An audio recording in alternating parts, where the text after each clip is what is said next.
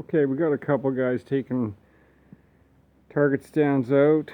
We don't have any permanent gongs here or anything like that, so a lot of guys bring their own. But anyway, I've got the sporterized Enfield and about 60 rounds or so for that. And I've got the Ruger American in 223, and I got about 60 rounds of that. Brought the chronograph. Okay, this first round of 223 that I'm going to shoot, these four right here are all confirmation kind of loads. I've shot them before, but I want to absolutely confirm that they're doing what I think they're going to be doing. So I've got estimated velocities written on the card for each one. I've got 700X, unique, red dot, and bullseye.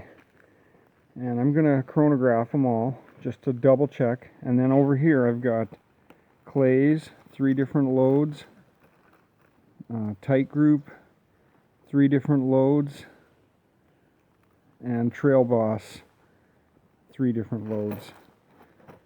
Okay, I'm trying to get loads developed for Subsonic Buckshot with 7 different kinds of powder.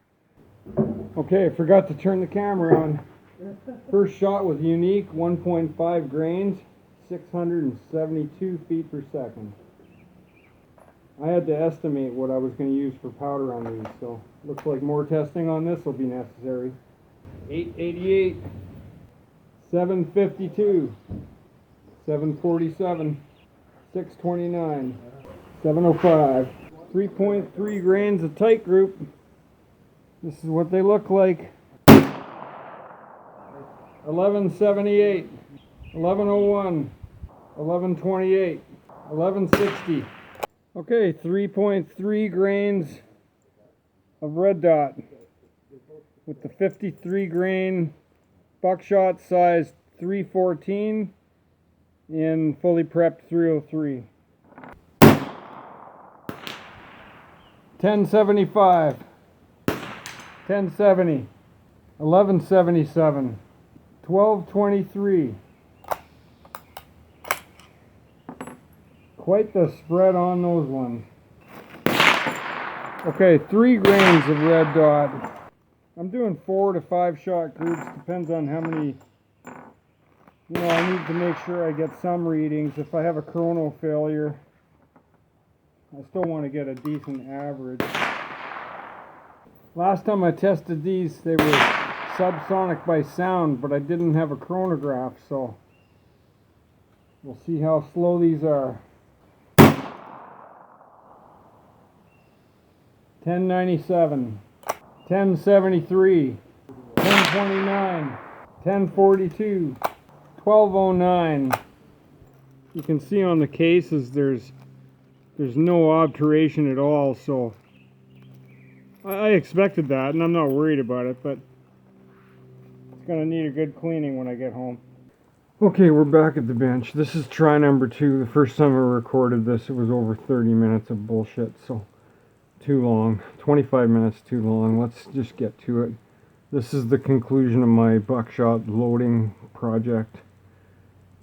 And it's been super fun, guys. I mean, I'm so glad that I got into reloading and that I started this project, and I'm kind of done with it. I'll do a little more just for fun, but been there and done it. So I started off doing rifle loads at low velocities. This was with 223. I did a 1700 feet per second load, and it turned out really good. Then I worked my way down. Trail Boss, Tight Group, and Clays were all published load data from Hodgdon for Subsonic 223. So I used that data to kind of help me out.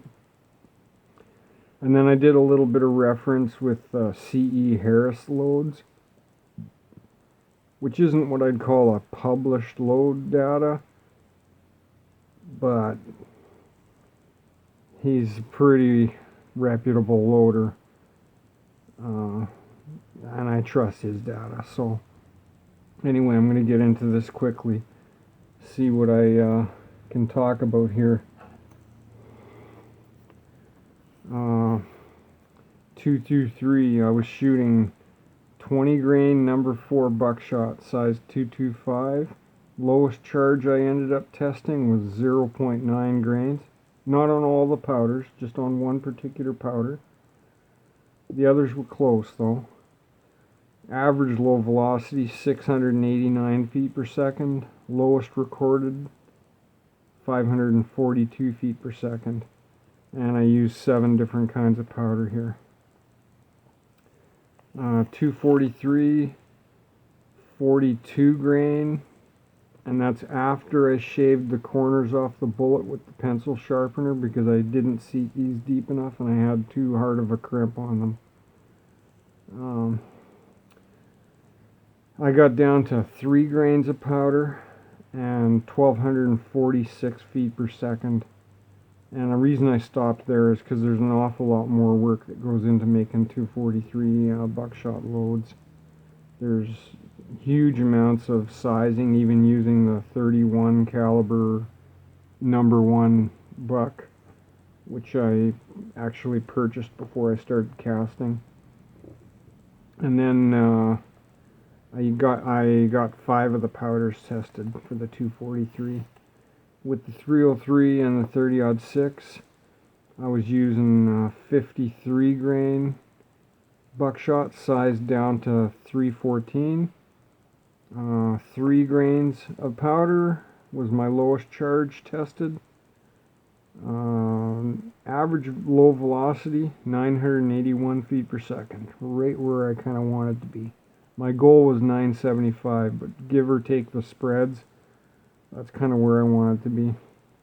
Lowest velocity recorded was 957, and I tested 7 powders in those calibers. The 30-06, same thing, 53 grain, size 314. 3 grains was my lowest charge.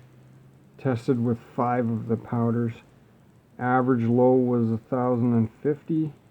I didn't dig up the notebook to get the lowest velocity. Some of the notes I got here. Really huge spreads. Like, my best group was a 6 feet per second spread, and my worst group was a 285 feet per second spread. So that's massive spreads. I did shoot 500 to 750 rounds, most of them on 5-shot groups over the chrono. I wasn't doing target testing because it came really apparent after my little bit of planking that I did that at 25 yards they were all adequate enough for hunting small game. We're talking pop can accuracy.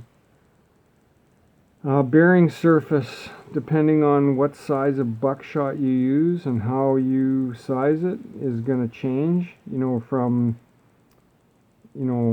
There's the little bit of a flat spot on the number 4 buck you can see maybe. And, if you use 31 caliber in the, 303, you don't really need to size it at all. If you use 36 cal, which I have done but I don't have records on, you're going to have to size it quite a bit.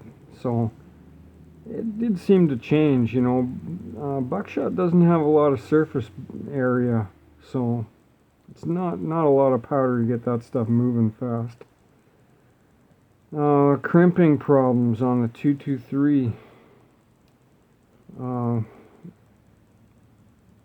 With the die for the bullet seating screwed completely down with the flat side of the stem, as far as it will go, just barely long enough to seat these things.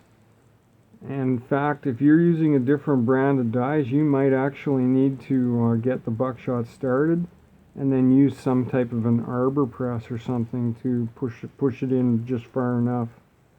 I did have one that came apart in the bag before I even shot it. The buck just fell out basically because I was just using light crimps after I found out that using heavy crimps was going to be a problem. This was all soft lead, like stick-on wheel weight stuff, so there's like little or no case obturation at all. You can see how dirty these 303 are. There's no gas sealing, no expansion. Didn't seem to be an issue though. I kind of knew that would happen, but just thought I'd mention it. And on my last trip out, I switched up to a different brand of primers, and that did seem to matter. You know, I got much higher velocities with the different primers, so you're going to have to experiment with stuff like that.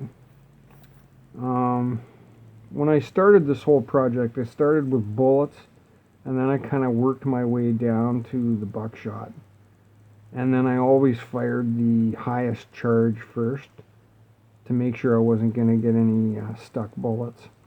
And luckily I had no stuck bullets through the whole project. So I shot 55 plus groups with the buckshot. An untold number of groups just plinking. 55 plus groups with actual, real bullets.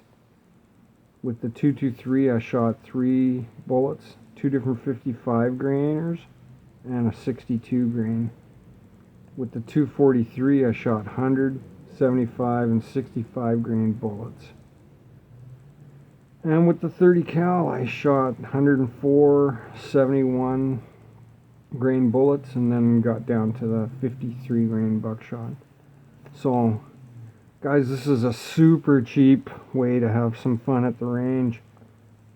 I mean, we're talking the cheapest centerfire small game ammo you can make. Next up, now that I'm kind of discontinuing this project, I'm probably gonna, these are not produced anymore. These are 100 grain 30 cal plinkers. I'll probably try them in the 30-06 just to use them up, just for fun. Since you can't buy them anymore, I probably can't. I'm not going to look for any at a gun show or anything like that. Now these are 6mm Varmageddon, and they have to be going, high velocity in order to expand. So, but I don't really care about that. It's all about just poking holes in small game. So I might use some of them in the 243. And then I also have 2 boxes of these. These are 223 diameter though, so bought them by mistake. I should have bought 224, but my 223 is a brand new Ruger, so these might be okay. Anyway, these are soft point jacketed 22 cal 45 grain Hornet bullets. Although they advertise them for use in 223 as well, so we might try some of that in the future. Not sure if I'll video it or not. Summer's here, so the shooting ban's going to happen here any moment. And what's more to say? This has been a super, super fun project. And as you can see here, I hope you can read the labels. I started off with H4895 with rifle bullets, and Trail Boss seemed to be really one of the better performers, although I know it's really difficult to get, so what's the point of creating load data for something you can't buy any more of? Tight Group and Clays both had published loads for Subsonic 223, which is why I kind of included them in the project. And then the Bullseye, Red Dot, Unique, and the 700X are all really well-known pistol powders, which are what I was kind of aiming to use. Maybe in the future I'll try something else with some different powders, but this is good enough to start with.